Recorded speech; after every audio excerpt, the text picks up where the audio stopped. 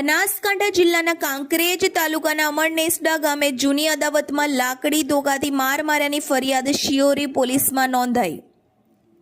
કાંકરેજ તાલુકાના અમરનેસડા ગામે અગાઉની જૂની અદાવતના કારણે ફરિયાદીને 4 ઈસમોએ બુંડીગારો બોલી લાકડી વડે મૂઢ માર માર્યો।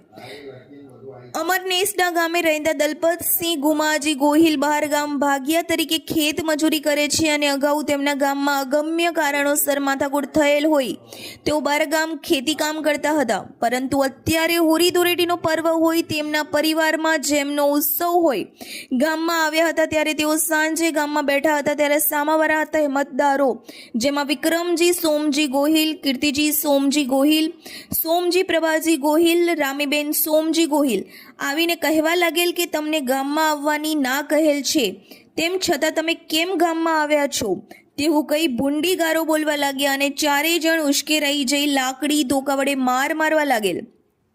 તેથી ફરિયાદી દલપતસિંહ ગુમરજી ગોહિલ ઉપરના 4 વિરુદ્ધ ફરિયાદ નોંધાવી છે। અહેવાલ Jayantibhai Thakkar, DD news live 24 Shiyori Kankrej.